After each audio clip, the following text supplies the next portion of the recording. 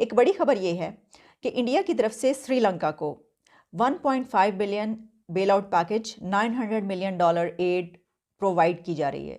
इतनी बड़ी सपोर्ट दी जा रही है श्रीलंका को एक क्राइसिस से निकलने के लिए। आप जानते हैं कि इस वक्त श्रीलंका एक ऐसे क्राइसिस में जहां पर ख़ास तौर पर डेट्स और फॉरेन एक्सचेंज का वहां पर बहुत बड़ा इशू है, बहुत बड़ा क्राइसिस है कि बैंकरप्ट इस वक्त कहा जा रहा है कि श्रीलंका हो चुका है। और इस बैंकरप्सी से उसको निकालने के लिए इंडिया आगे बढ़ा है और इंडिया ने उसको सपोर्ट किया है और कहा यह जा रहा है कि $900 million and 1.5 billion bail out package. अब ये जो बेल आउट पैकेज है, इसके लिए मैं आपको बता दूं कि ख़ास तौर पर urgent purchase of food, essential needs purchases और इसके अलावा purchases for fuel from India, इसमें आप इस अमाउंट को डिवाइड कर सकते हैं। लेकिन आप इसको अगर इस तरीके से देखेंगे कि श्रीलंका जो इस वक्त इंतहाई मुश्किल सूरत हाल में था, तो भारत किस तरीके से आगे बढ़ा और उसने कहा कि हम इसको निकालते हैं सिचुएशन से, और उसने ये किया। एक तरफ हमारा बरादराना कंट्री, एक ऐसा कंट्री सऊदी अरेबिया जिससे हम कहते हैं कि हमारा जन्म जन्म का साथ है, हम मतलब हमेशा से ये सुनते आए हैं कि इतने ज़बरदस्त जो टाइज़ हैं वो तो कभी किसी के साथ हमारे नहीं रहे जो सऊदी अरेबिया के साथ हैं। वो हमें जब पैकेज देता है तो हमारे साथ हमारा ये हाल करता है, ये हशर करता है। दूसरी तरफ जब इंडिया श्रीलंका को बचाने के लिए, सिचुएशन से निकालने के लिए पैकेज दे रहा है, तो आप देखिए कितनी ज़बरदस्त उसको वो सपोर्ट फ्राहम कर रहा है, प्रोवाइड कर रहा है। मैंने इसी बिना पर यह कहा कि अगर पाकिस्तान के इंडिया से ताल्लुकात अच्छे होते, दोनों मुल्कों के नेबरिंग कंट्रीज़ होते हुए, जो हमारा पास्ट है और जो हमारा प्रेजेंट है और जो फ्यूचर नज़र आ रहा है, अगर ये सब कुछ ना होता तो इंडिया पाकिस्तान को इस सिचुएशन से निकाल सकता था। ये जो बैंकरप्सी की सिचुएशन है, ये जो बहुत बुरी हालात है इकोनॉमी की, बड़े अच्छे तरीके से इसमें से पाकिस्तान को की मदद कर सकता था भारत, अगर हालात अच्छे होते और हम इस तरह, हमारी ये रूटीन होती कि हम एक दूसरे की मदद करते होते।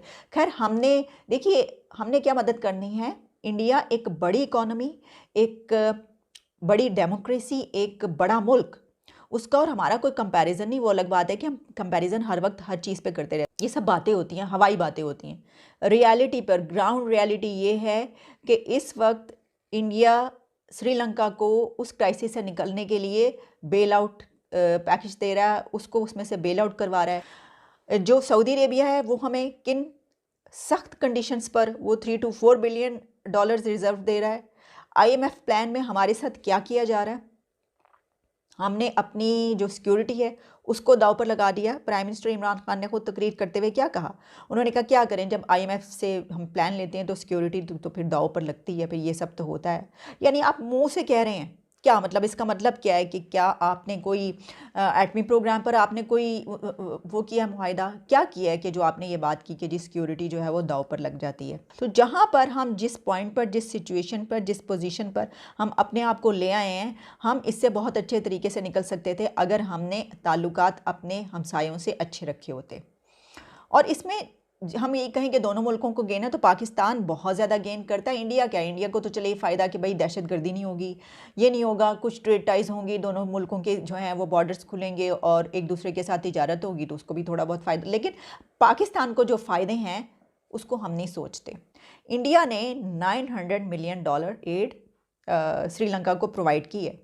अब आप ये देखिए कि अगर पाकिस्तान और भारत के हालात अच्छे होते तो इस वक्त पाकिस्तान की सिचुएशन कोई श्रीलंका से मुख्तलिफ तो नहीं है, कोई 19-20 का फ़र्क होगा और इंडिया और श्रीलंका के ताल्लुकात बेहद अच्छे हो गए और होने वाले हैं मज़ीद। तो चाइना इससे दूर हो जाएगा। नेशनल सिक्योरिटी पॉलिसी बना रहे हैं और हाल ये है कि आपका 50-55% जो डिफेंस बजट का है वो आप कर्जों से चला रहे हैं। वो बात पल्ले नहीं धेला तो करती फिर मेला मेला, अपना घर हमसे चल नहीं रहा। वैसे हमसे हमारी सिक्योरिटी पॉलिसीज देखें माशाल्लाह, नेशनल पॉलिसीज देखें, रीजनल देखें, दुनिया हम चलाते हैं। पाकिस्तान जा रहे हैं मोहित यूसुफ साहब, वहां जाके वो बताएंगे उनको कि इकोनॉमी कैसे चलानी है। अब ये यहाँ मोहित यूसुफ साहब जाएंगे, हमारे यहाँ पे फाइनेंस के FBI के लोग भेजे गए थे अफगानिस्तान में कि उनको सिस्टम बना के अपने मुल्क कैसे चलाना है।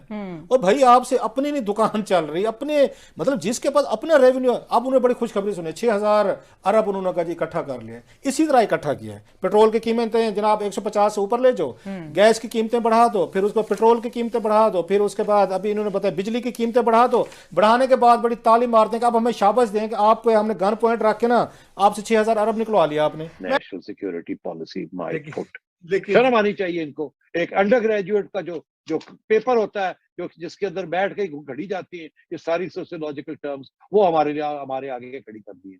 इसको करें तो तर्जमा इसका उर्दू में, और मैं देखता हूँ कि क्या लोग चीखें मारेंगे कि यार की लिखता है। हमें ये कहा जा रहा है कि जी economic security is the core of national security. अरे भाई, ऐसे लगता है कि आपने कोई रॉकेट साइंस डिस्कवर कर ली। ये तो कोई 20 साल से 30 साल से हम कहते आ रहे हैं कि मईशत नहीं चलेगी तो बह जाओगे कर्जे ले लगे, फौज ਨੂੰ ਖਵਾ के और लड़ाइयां कर करके मर जाओगे।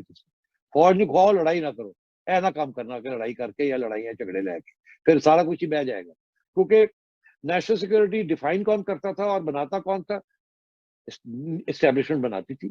उसके अंदर सबसे पहला उनका अपना इश्यू होता था कि हमें इतना बजट मिलना चाहिए, और हमने हमारी दुश्मनी है इंडिया के साथ और वो हमने बरकरार रखनी है क्योंकि उनको ट्रस्ट नहीं किया जाता, एक्सेट्रा एक्सेट्रा। इसीलिए नवाज शरीफ साहब को निकाल दिया 2 दफा, क्योंकि वो करना चाह रहे थे, बात आगे बढ़ाना चाह रहे थे। अब जाके समझ आइए दाने दाने